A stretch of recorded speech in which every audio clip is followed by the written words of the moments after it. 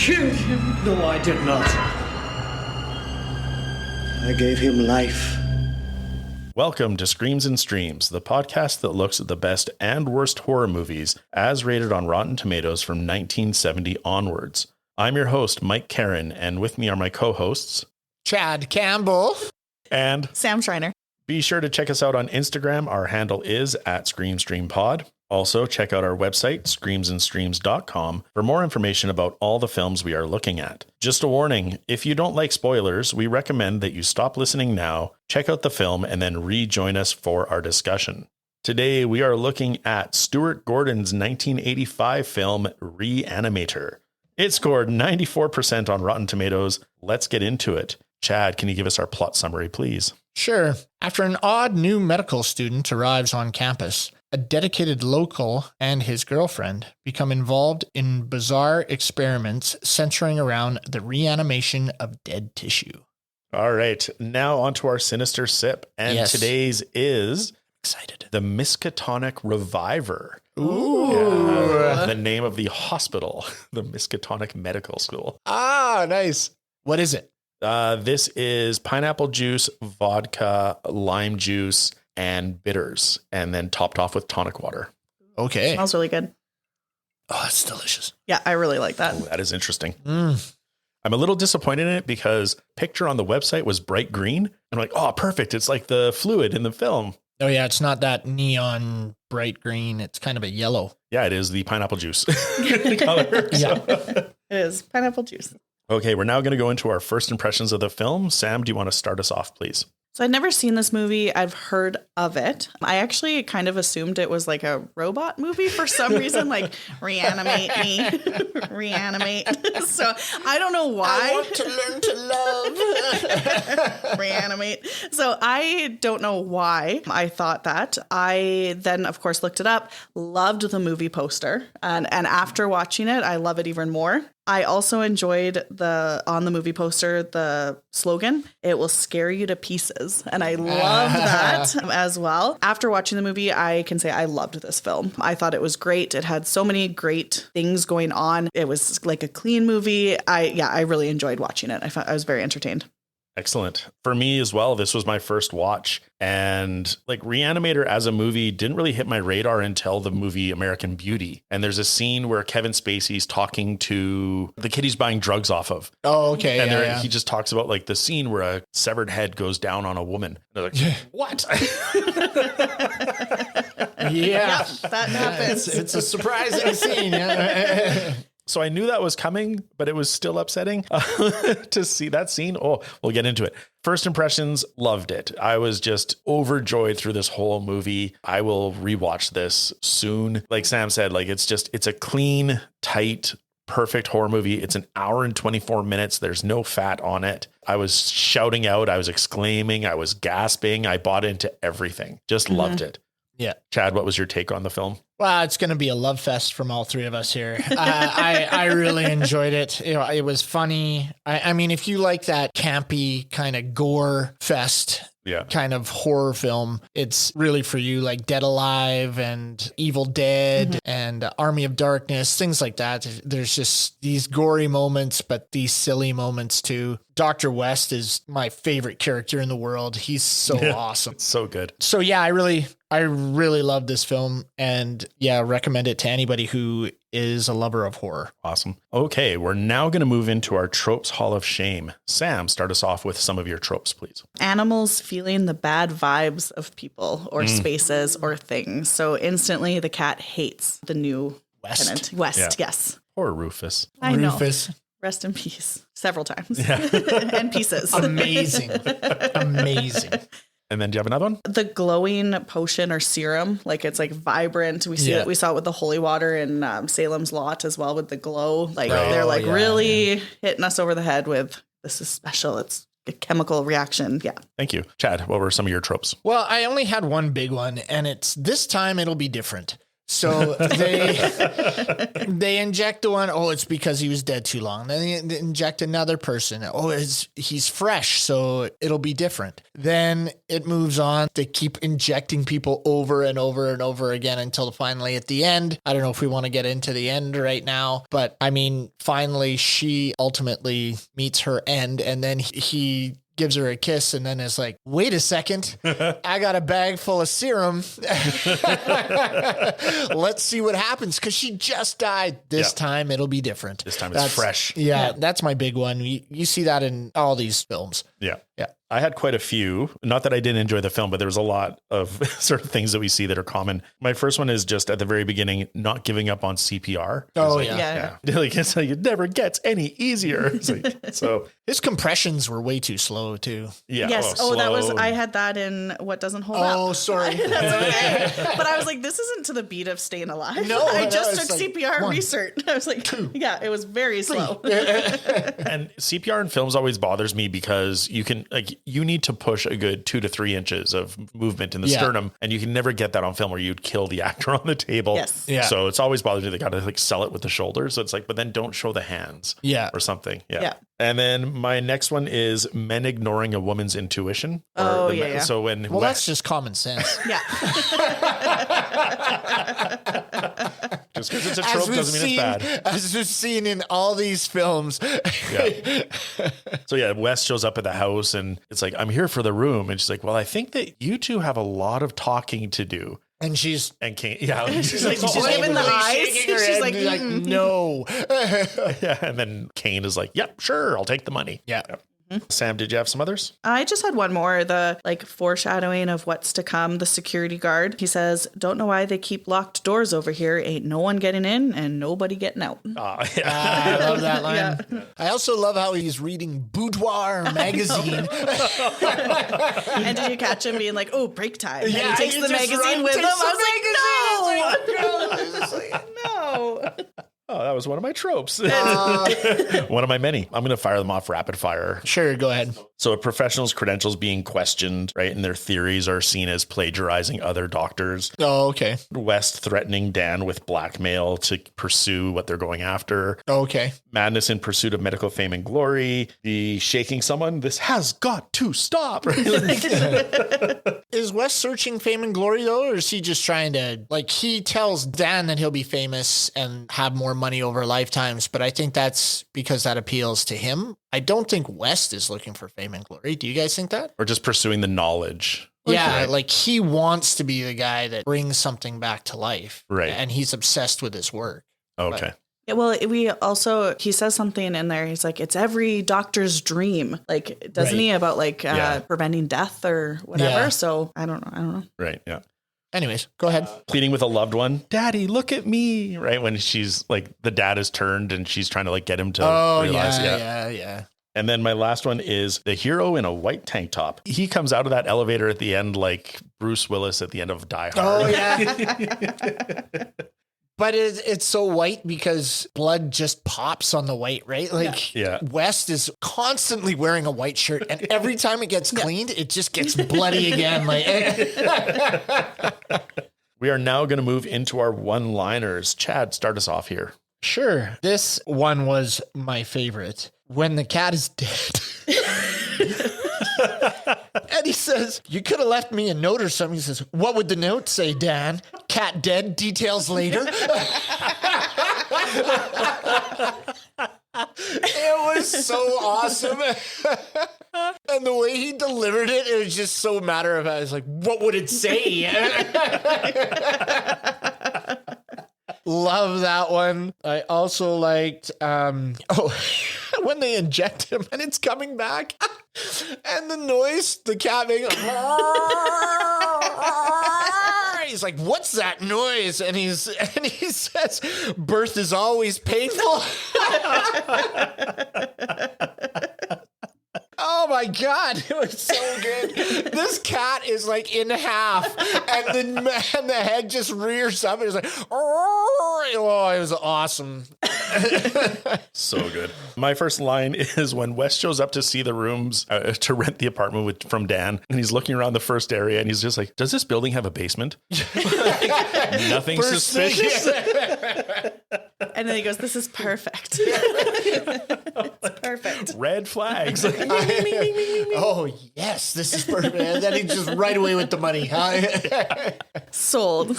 My next line is when they're in the class and West is angry at the theories that Dr. Hill is putting out, and he keeps snapping his pencils. Oh, I think you got, this is my other one, yeah. Mr. West, I suggest you get yourself a pen. Yeah. I got that one. Yeah, that was so good. Yeah.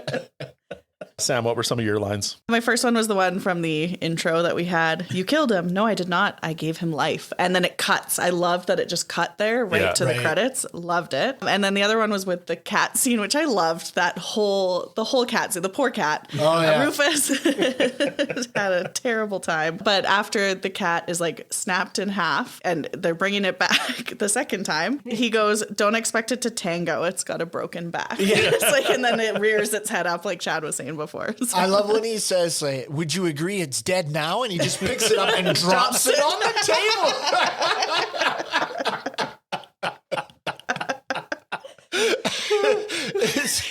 That whole cat scene is just it's hilarious. Amazing. Yeah. I think West has given all of the good lines. There's the scene where they're in the morgue the first time and Halsey's like, Dan, can I talk to you? He's like, oh, sorry, Dean Halsey, I didn't know there was anybody here. And then the West is a pedant in the side is like, you mean anybody else? That's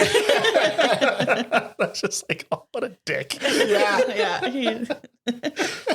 And then I also loved later in the film when Dr. Hill is now a severed head and Dr. West is like, can you describe, like, what do you feel? How are you? Yes. And he's like, ooh. And West reaches over to get a notepad. Like, what's he going to say? You bastard. That was one of mine. I'm so glad that you were the one to reenact it because you did it so well. Sam, what were some of your other lines? My last one was when Dr. West says, who's going to believe a talking head? Get a job in a sideshow. So it's like, just so good. That's true. Yeah. My last line is when they're in the morgue and they're trying to revive the bodies. And Dr. West is like, I told you I have a theory. Overdose. Yes, yeah, he just runs in there and injects him with the 2 syringes in his back. Like he's pulling guns out of his bag. Yeah. Overdose. Yeah.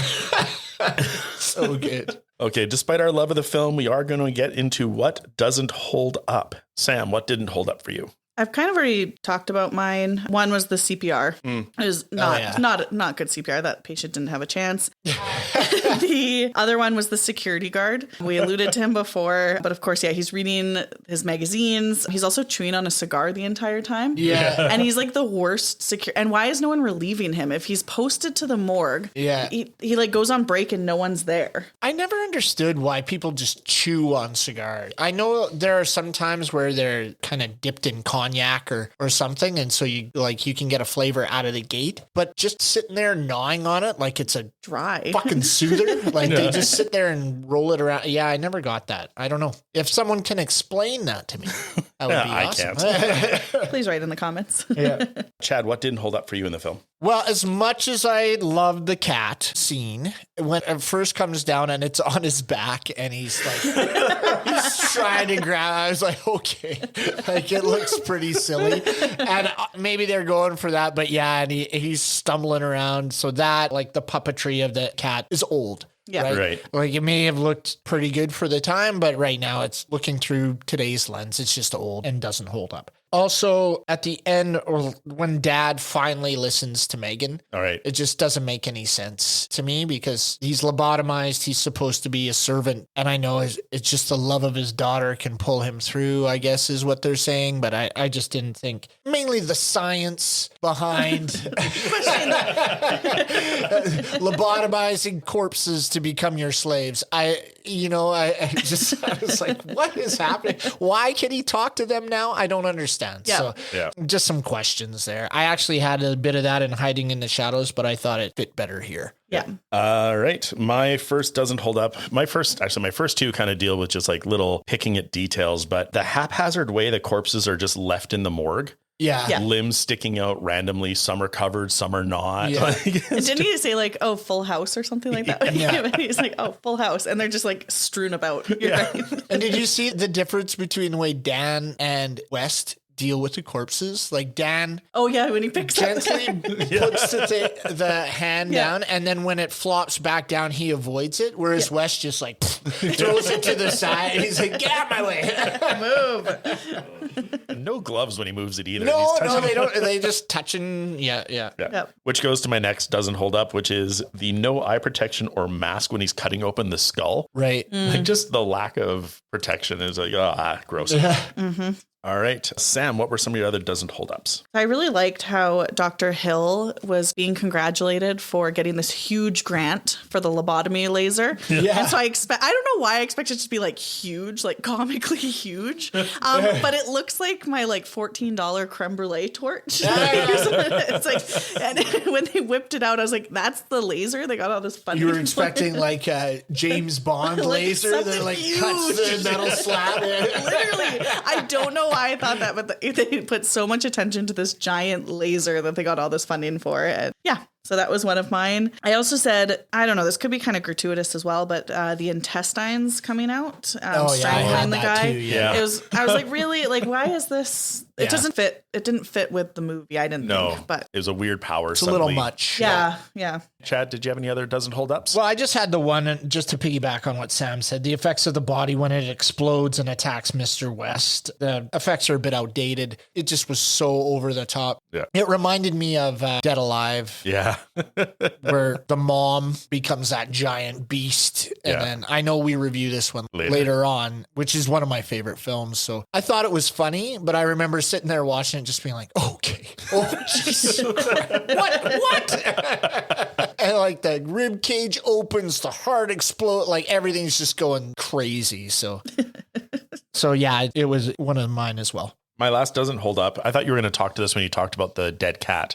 Oh, but it's just the animatronics when it's reanimated. Just the twitching and the movement was cheesy and kind of just like, took me out of it, but still fun. But it was, noticeably bad. It's still hilarious. Yeah, when he's like falling around with this thing on his back. But it's just a little outdated. Yeah.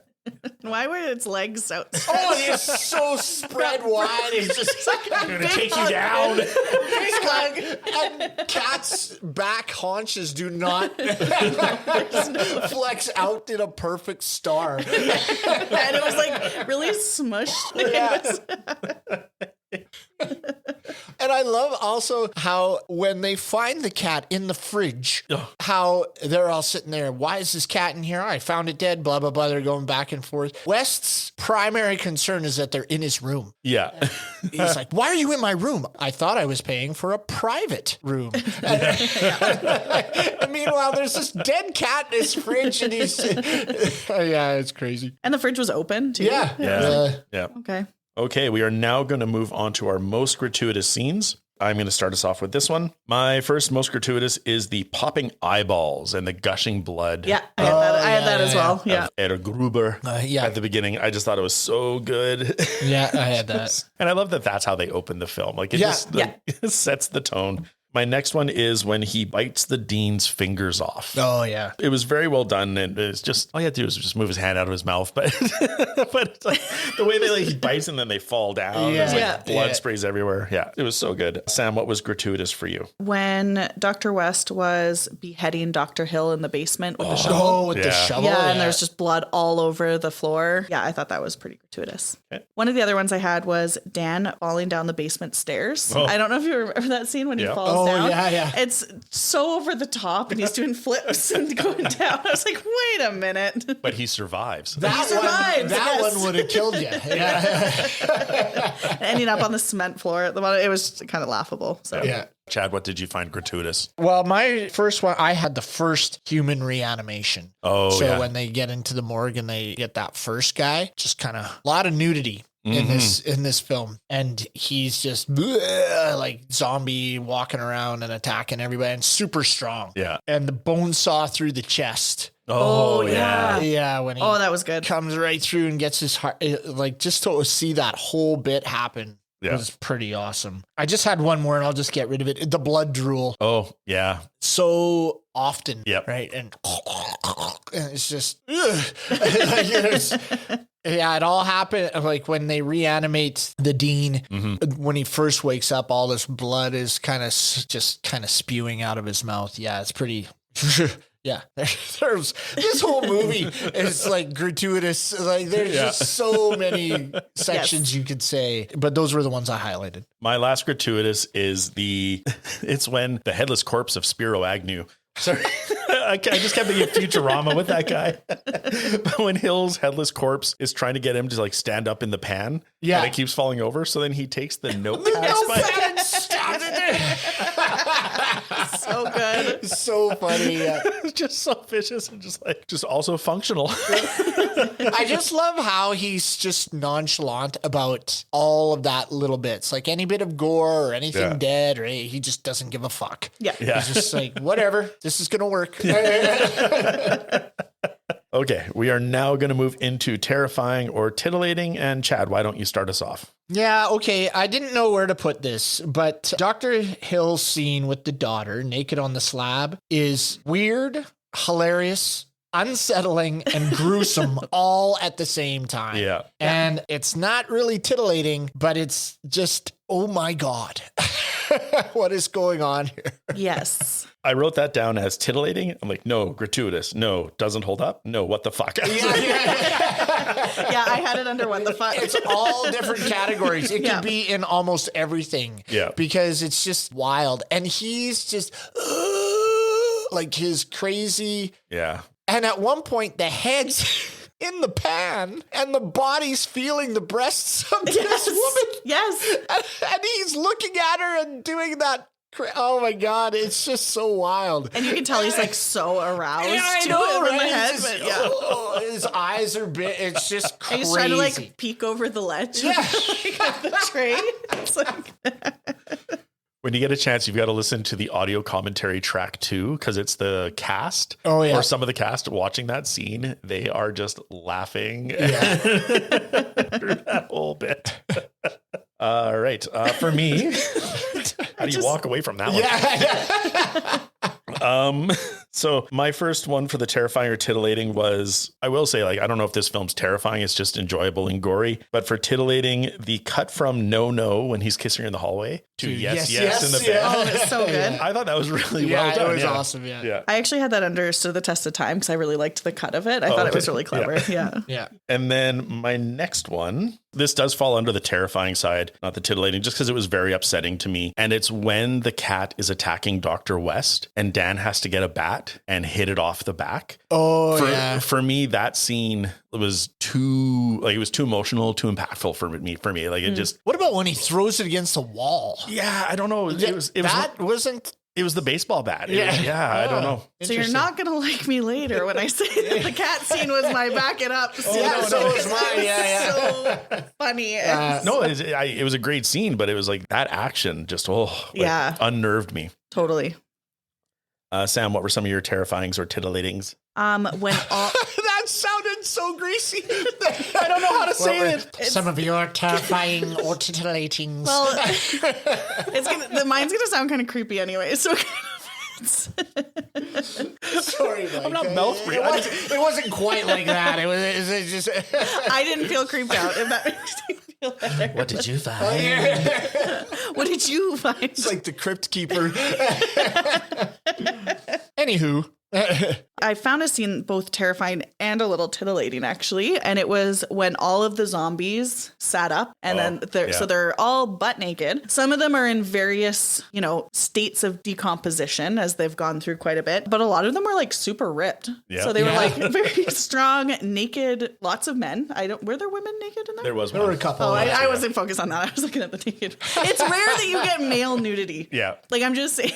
No, it is. Yeah. It's very rare. So when you see it, you're like, oh, like Anyways, they're dead zombies. But I really like that scene, and I really like how they all sat up at once too. I don't know. I love that. So I found that both terrifying and titillating.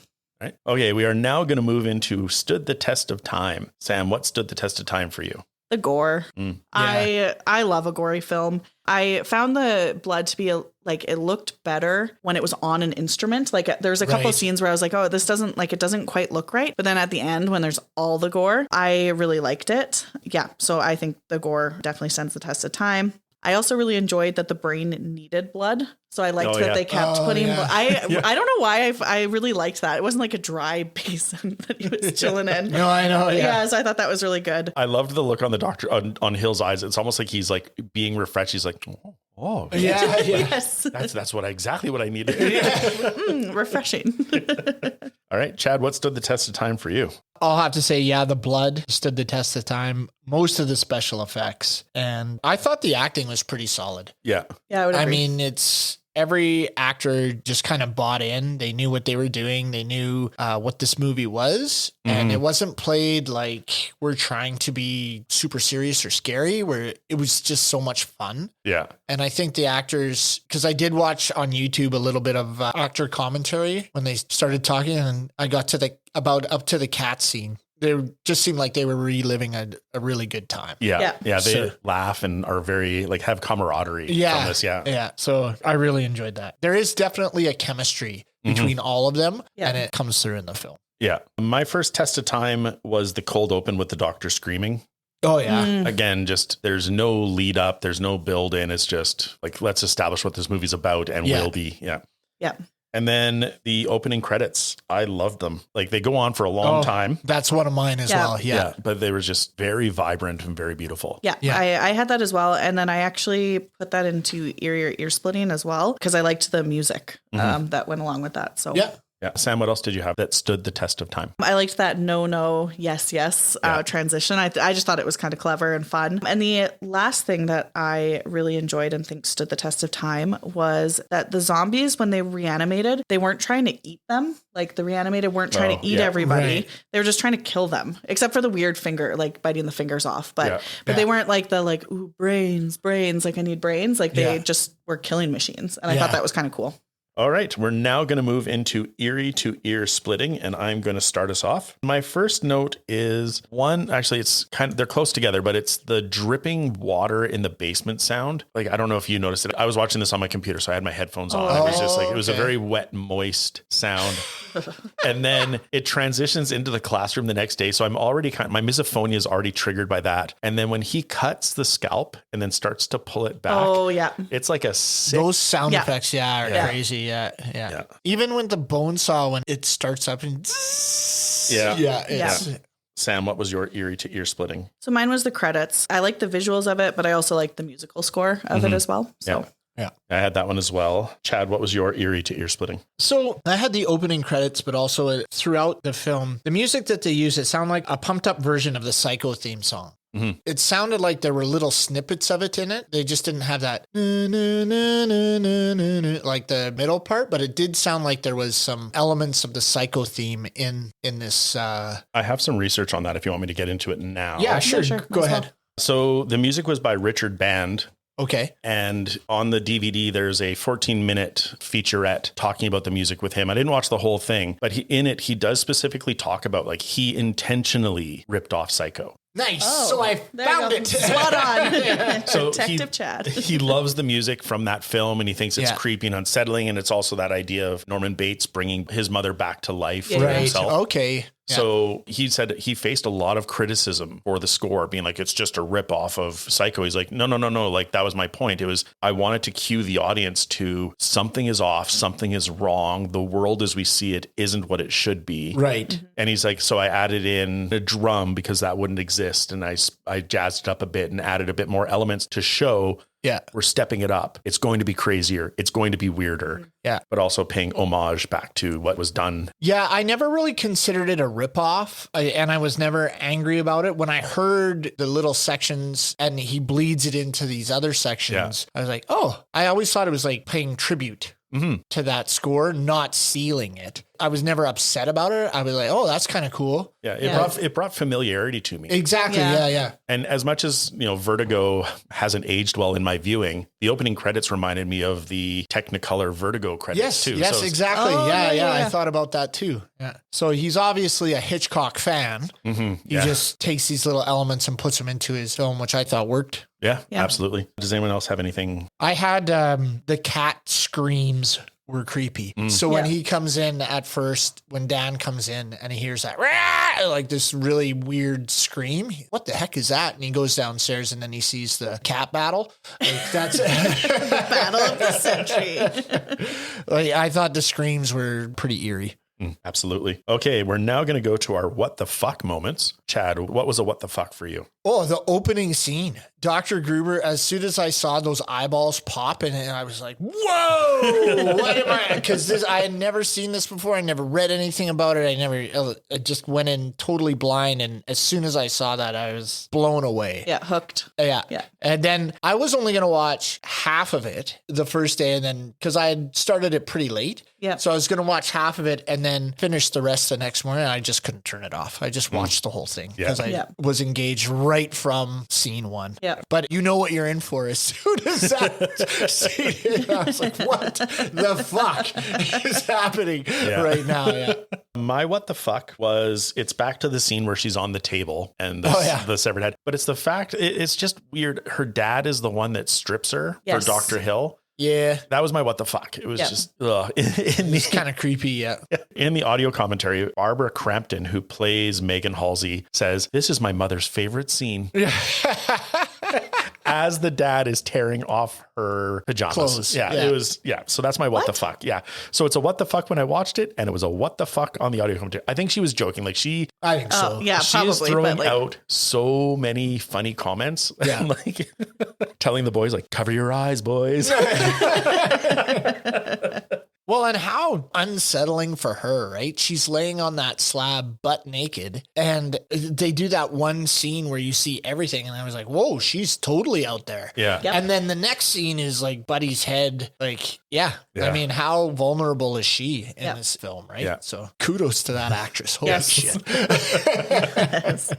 Sam, what was your what the fuck? Dr. Hill confessing his love for the daughter. Oh, was yeah. really gross. He turns super villain at that moment. Yes. And then like on that, the hair, like the file on her, and like, why does he have her hair? Yeah. Like, where did he get it? Even the toast. Yeah. Oh, yeah. Yeah, like even there, it's just like, It was so uncomfy. And then that whole meal. Uncomfy. It was uncomfy. I like that. It's just so Not cute. uncomfortable. Not uncomfortable. It was so uncomfy. It was. And not only that, she prepared the entire meal. Like it was her and the father and then Dr. Hill. Right. And then she made the whole meal. They're like, oh yeah, you made the meal. So like, thank you for that. It's like, why is she cooking for everyone? Like it's not her.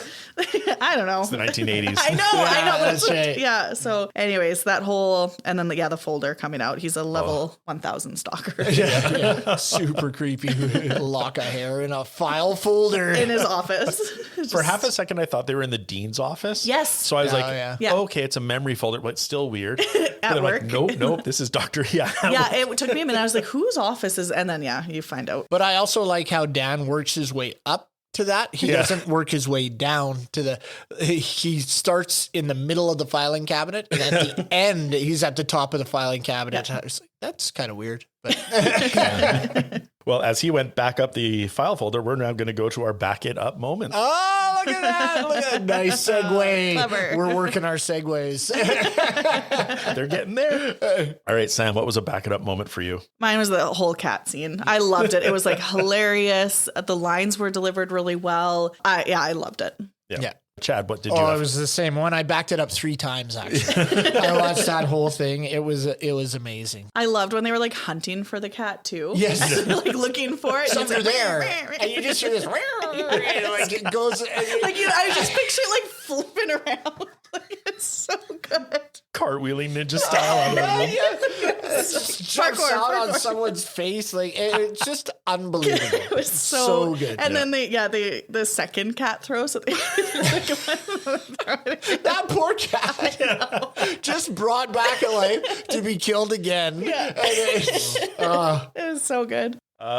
For me, my back it up moments we've talked about, it was West fighting the cat. It was just so fun. Yeah. It reminded me of Kids in the Hall, like cat on my head. Yes, really. Yeah, for sure. And then my other one was, again, the multi-corpse attack. I have a plan. So do I. Yeah. So good.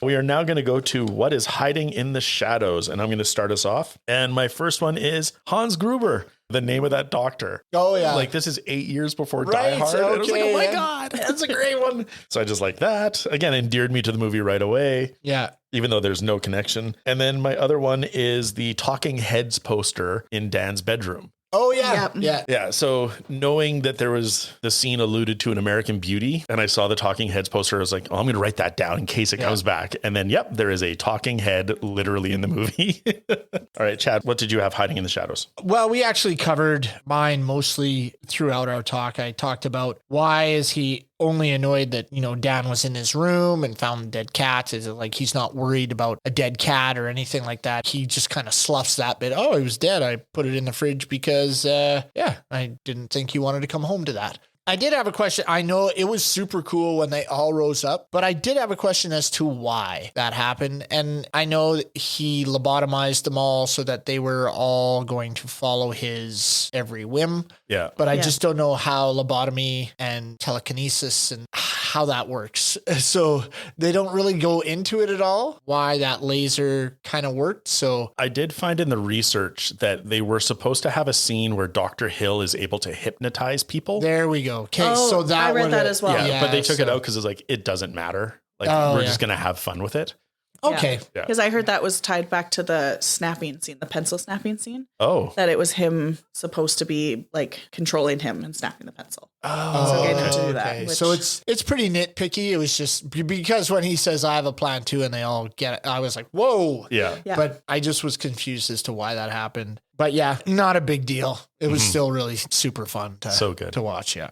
Sam, what did you have hiding in the shadows? did they talk at all about the difference of where the serum is injected? Because it's always in the brain. Is it though? But then it's not. So it's not. They're just shooting everyone everywhere. Yeah. One in the heart, like some in the side, some in the brain. And then, I didn't really understand that. Like, he did talk about how after he kills Dr. Hill, he said, I've never reanimated parts. I've only ever tried the whole body. Right. So then he injects his body and he injects his head. So then the body comes back. Oh, yeah. And then the head is alive, but the body comes back. And that's why the head can tell his body what to do. I love the scene where he's carrying it around like a lantern. And the danglies from his neck. Yeah. Oh, man. And there's just so much good in this film. I also liked with that one. I also had this in Hiding in the Shadows. I just wanted to mention it. The scene where he's holding the head and then he holds it and it looks behind his shoulder. Yes. He like holds it up. Yeah. I just wanted to talk about it. It doesn't really fit anywhere, but I just said it. That's hilarious. Yeah. My last Hiding in the Shadows, it's just because I didn't know where to put it and I loved it. So it's almost a test of time. But it's when, the headless body is going into the morgue, but it's wearing the plastic skeleton / skull. Yeah. And it's got the doctor's mask. The ear falls off. And then the eye, one is the skull. So he's got to keep the one side showing. And you can hear him say out of the bag where it's like, Dr. Hill, is that you? Who's gonna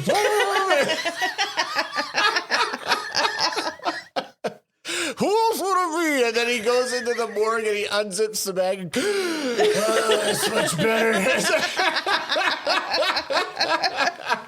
So good.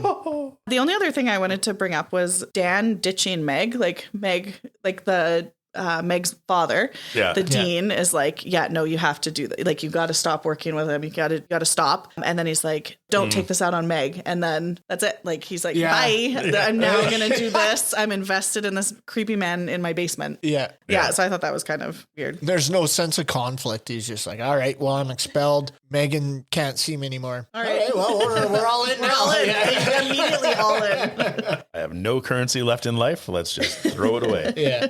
All right, we're now going to go into our bonus features. Chad, what did you find in your research? I found this little tidbit, which I thought was super hilarious. The woman Dan is seen attempting to resuscitate at the beginning of the film was a dildo enthusiast and was known to hide dildos with the fake corpses in the morgue set. What?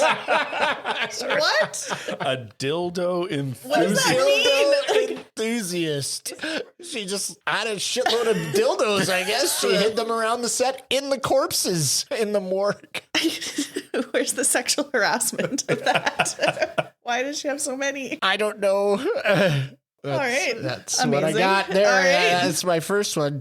For me, I had the financial information on this one, and this is where the comparison to 1985 becomes very interesting. The budget for this was only $900,000. Wow. Whoa. Which is crazy with what they did with that. Yeah. But the box office, it only took in $2 million. Really? So when it first came out, it was a flop. But Yeah. it's now a cult film and it's probably done very well on Everybody DVD loves sales. it, yeah. Yeah. Sam, what did you have? They went through 24 gallons of blood. Yeah. That's a lot of it's blood. a lot of blood. Yeah. And just to put that in perspective, the makeup effects artist said it was the bloodiest film he's ever done. The previous most blood he'd ever used was 2 gallons in a film. Wow. Yeah, I heard the tidbit on that. They said they'd have the actor's shoes by the end of the day of filming were sticky. Like there was so much blood. Chad? H.P. Lovecraft never really liked his Re-Animator stories and wrote them only because he got $5 per installment. Yeah. $5.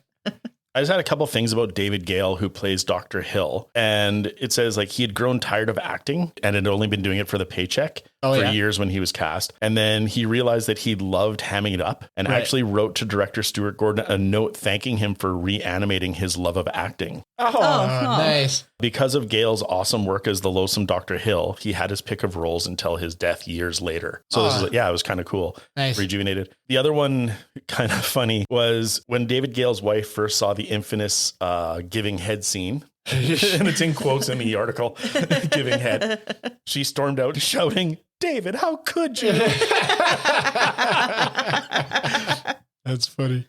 Sam, what else did you have? The film was shot in only 18 days. Yeah, that's crazy. Whoa, that is crazy. Yeah. And then I also had that originally the director wanted to shoot the film in black and white. Yeah. Oh, okay. So I think that would have been interesting. I'm glad he didn't. The blood really helps. Yeah. And I was wondering if that was like kind of like a Frankenstein type like thought process. Yes, I think so. But Which kind of leads into mine, where it was originally intended to be a parody of Frankenstein. Oh, Yeah. okay. Yeah. Yeah, because he was tired of all the vampire movies and wanted to do a Frankenstein story. Yeah. A lot of stuff came up about David Gale. He had to shave his head and wear a toupee for his character, because I was like, that is terrible hair. It's got to be a toupee.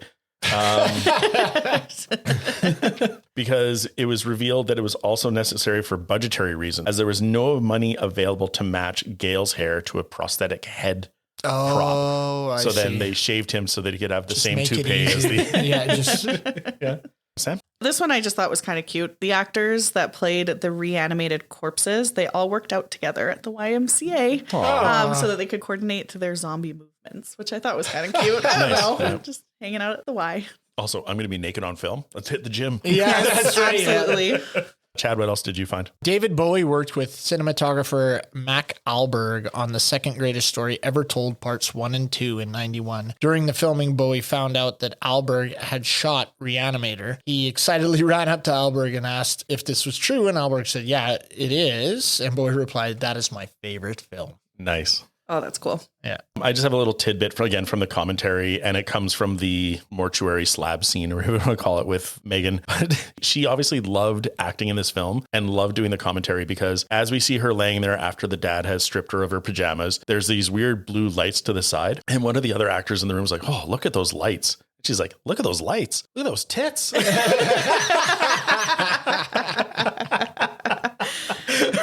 So yeah, she just, in like, all of her jokes are worth listening to that commentary. She just loved this movie and being in it. Oh, that's awesome. Right. That's cool.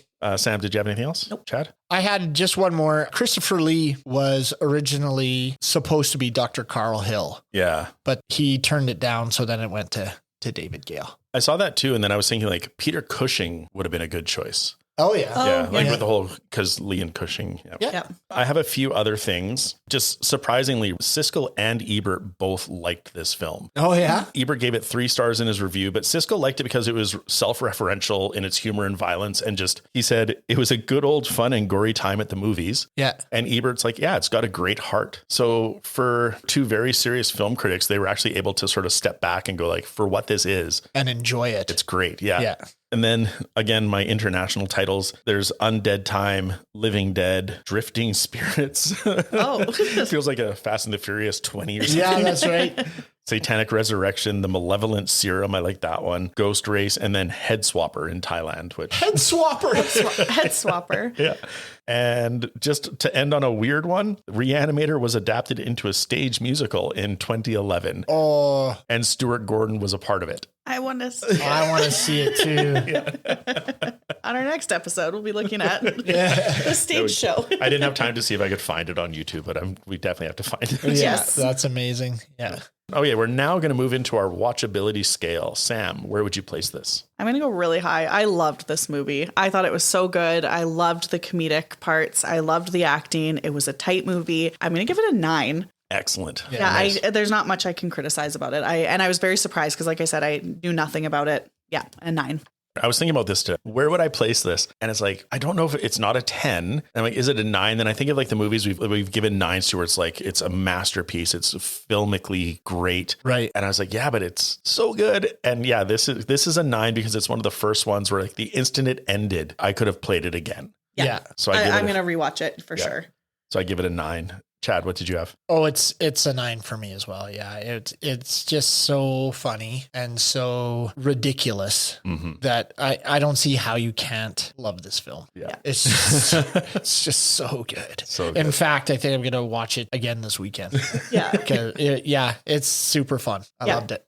Yeah. Awesome. 9s all around. Okay. With that, thank you very much for listening to us. Remember to follow us on Instagram. We are at ScreamStreamPod. Stop by our website, screamsandstreams.com, where we have information about our episodes, descriptions of our categories, links to our research, our watchability scale, and a page where you can recommend movies you want us to discuss. And please rate, comment on, and subscribe to our show on any of the platforms where you get your podcasts. Until next time, this has been Mike and Chad and Sam. scare you later.